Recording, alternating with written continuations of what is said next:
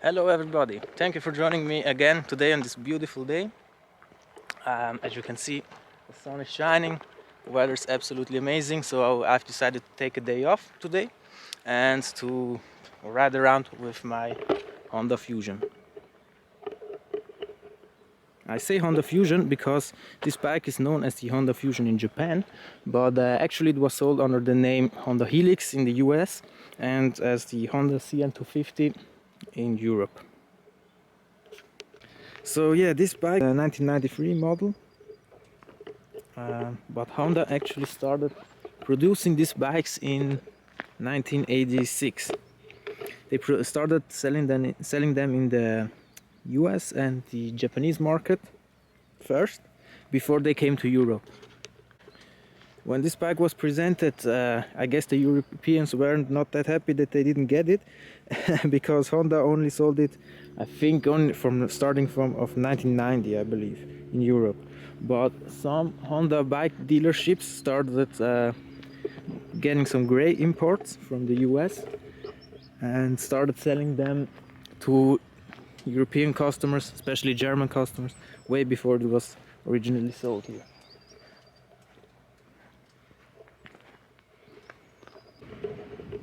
So a nice little story about this bike. In Japan, they stopped production, I think, in 1997.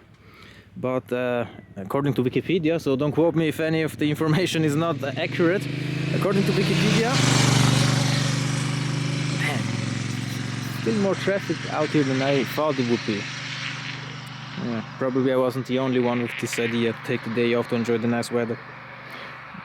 But yeah, anyway, so they stopped production in 1997 in Japan, and apparently there was a big scooter boom in Japan in the late 90s and early 2000s, and a lot of people started buying second-hand scooters, and this one was one of the most popular models.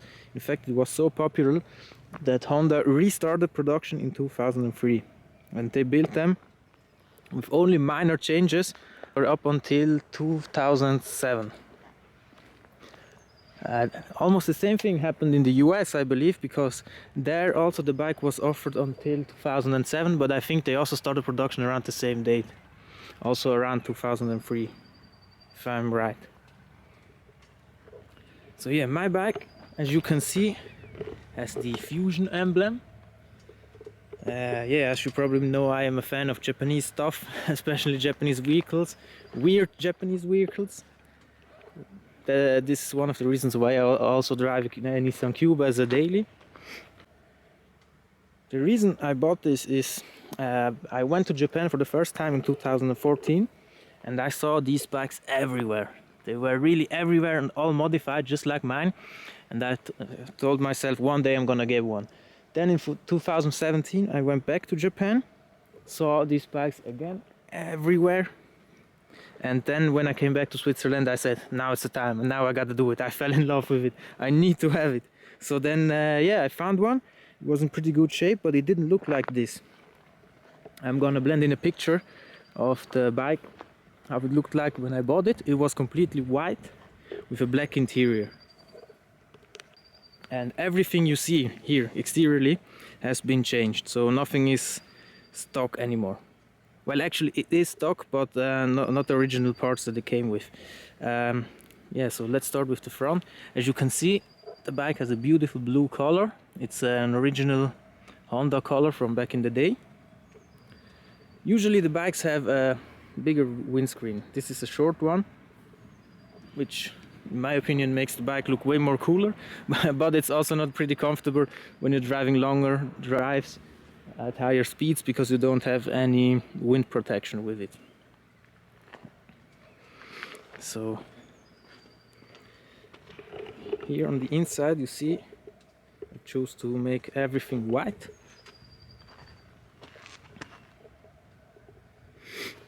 And as you can see, I like Japan, so I had to add some stickers from Shibuya and Japan.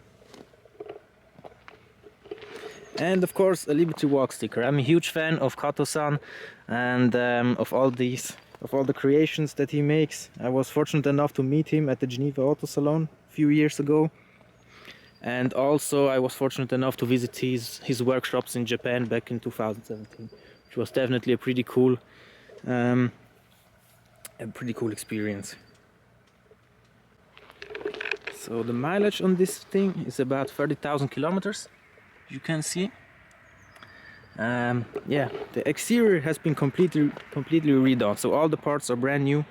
Steering, the steering handle, the little spoiler at the back here, as you can see, which was an original factory option in Japan. Yeah, other than that, like I said, it's only externally.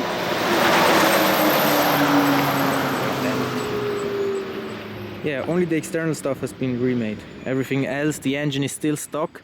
I have to do a little servicing soon. Just change all the fluids, make sure that it will run forever. But usually these engines are pretty bulletproof. They don't really break down. I mean, I've seen some bikes with over 70,000 kilometers on it still running. And I mean, this engine is so popular that even in China they started copying the engine, so you can buy the engine or like a copy of the engine, which has also. Oh, let me look at this. Holy shit, man! Damn! I have no idea what that was, but god damn, that sounded nice.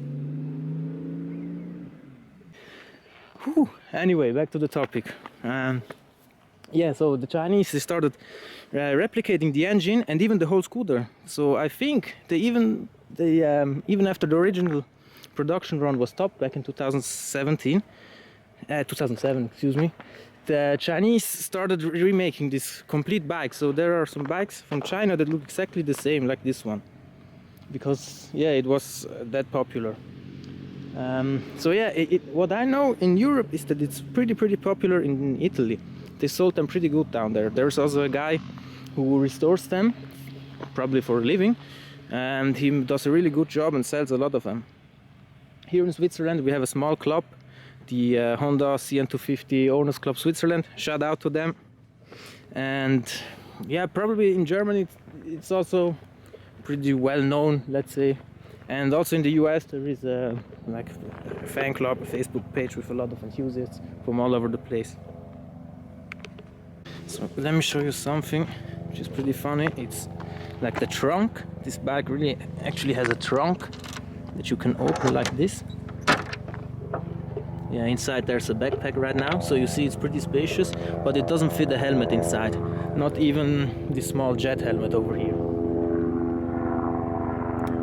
So yeah, but it's nice. If I'm driving around and need to carry a backpack with me, I put it inside here, because driving around without the backpack is much more comfortable and makes much more fun. Hello, helicopter. So yeah, what's more to say about this thing? Well, I've owned it since 2017 actually, and I started rebuilding it together with my dad at the end of the year 2017. I bought all the parts from Japan, all the stickers and everything else, and yeah, I started modding it. I haven't actually been using it that much in the last couple of years, so this year I decided to use it way more, also to use it to go to work, because it's a pretty cool bike. I mean, it's very comfortable. It's not the fastest. I mean, yeah, it does 0 to 60. So, but I don't know how much time it takes. But that's not the point of this bike. This bike was made to be very comfortable, easy rideable, also for beginners. And that's what it does. It's pretty comfortable. I mean, a few days ago I went on a little ride with my brother. He sat in the back and he told me it was extremely comfortable. So yeah, in my opinion, Honda achieved that. This bike also has a glove box, as you can see.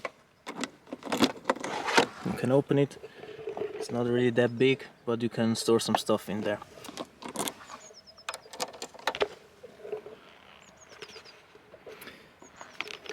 Okay, so that's it for today. I'm gonna head home now. Maybe do a little tour, maybe a longer way back home.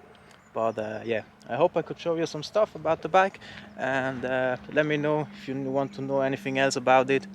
Write it down in the comments and I'll try to answer all your questions. Have a great day. Bye.